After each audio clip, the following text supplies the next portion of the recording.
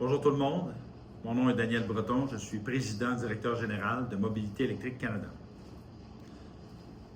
La semaine dernière, juste avant COP30, le gouvernement du Québec a déposé un projet de loi pour transférer au moins 1,8 milliard de dollars du Fonds d'électrification et de changement climatique vers le Fonds des générations, prétextant que les surplus seraient réalloués à autre chose à déterminer. Le gouvernement du Québec, sachant pertinemment que le Québec doit en faire plus pour diminuer ses GES, car il n'est pas en voie d'atteindre son objectif de réduction de GES, la dernière chose qu'il aurait dû faire est de ralentir ses actions pour les diminuer. Nous rappelons que le Fonds d'électrification et de changement climatique est un fonds spécial entièrement consacré à la lutte au changement climatique. À ce titre, et je cite, « Il vise des mesures concrètes et efficientes de réduction des émissions de GES, d'adaptation aux impacts des changements climatiques et d'électrification de l'économie. »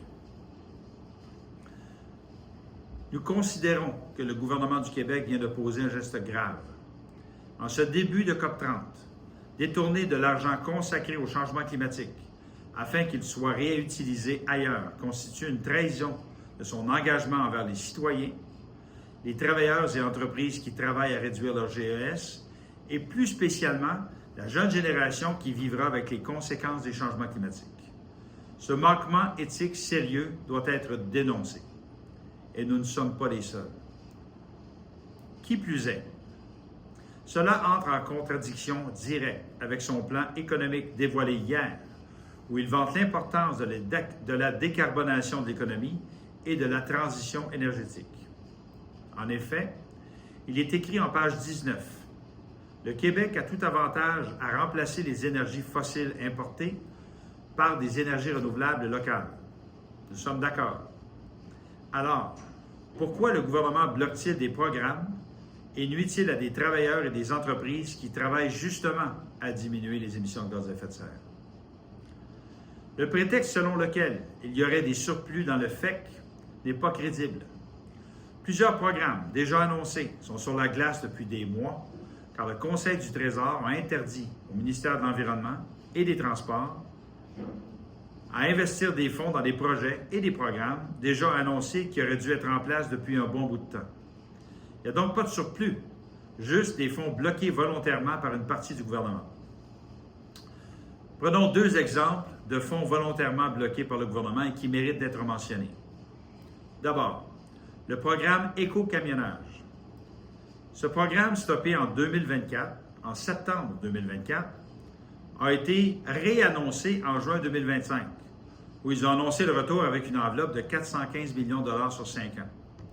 Or, 5 mois plus tard, les travailleurs et les entreprises qui attendent impatiemment ce retour commencent à se décourager, vu l'incertitude créée inutilement par le gouvernement du Québec, au moment même où les travailleurs et les entreprises sont déjà affectés par l'incertitude de l'administration Trump.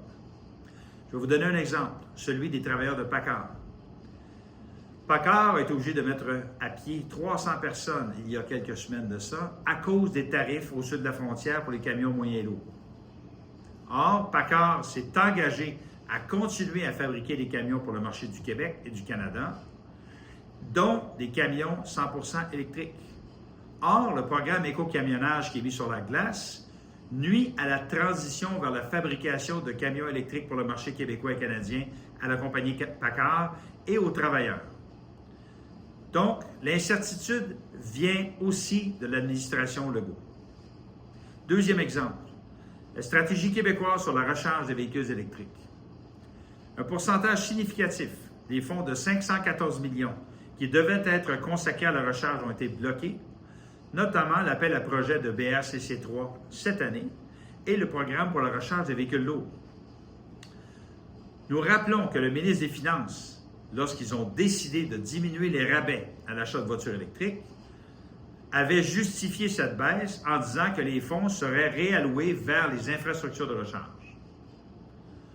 En terminant, et c'est loin d'être anodin, il est important de souligner que le soutien du gouvernement envers les minéraux critiques, qui a été annoncé hier, oublie complètement le recyclage de ceux-ci, alors que ça devrait en faire partie intégrante.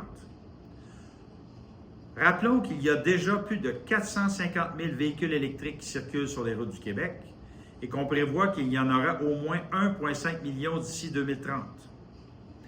Si le gouvernement du Québec laisse tomber le recyclage au Québec, entre autres avec la compagnie Lithium, nous allons rappeler qu'il y aura au moins 40 000 tonnes de minéraux critiques qui seront exportés hors du Québec d'ici 2031. Pour donner une idée de ce que ça représente, on peut fabriquer, avec 10 % de matériaux recyclés, environ 1,1 million de batteries de voitures électriques. Donc, des points de vue économiques, écologiques et géostratégiques, c'est totalement incohérent. Nous sommes d'accord avec le fait qu'on doit faire en sorte d'avoir un nouveau maître chez nous. D'ailleurs, il y a 20 ans, j'avais lancé le programme Maître chez nous 21e siècle, dont le but était de faire l'indépendance énergétique des énergies fossiles. Sauf qu'il y a un problème sérieux. C'est entre le discours du gouvernement d'hier et l'annonce de la semaine passée, il y a une incohérence évidente. Je vous remercie.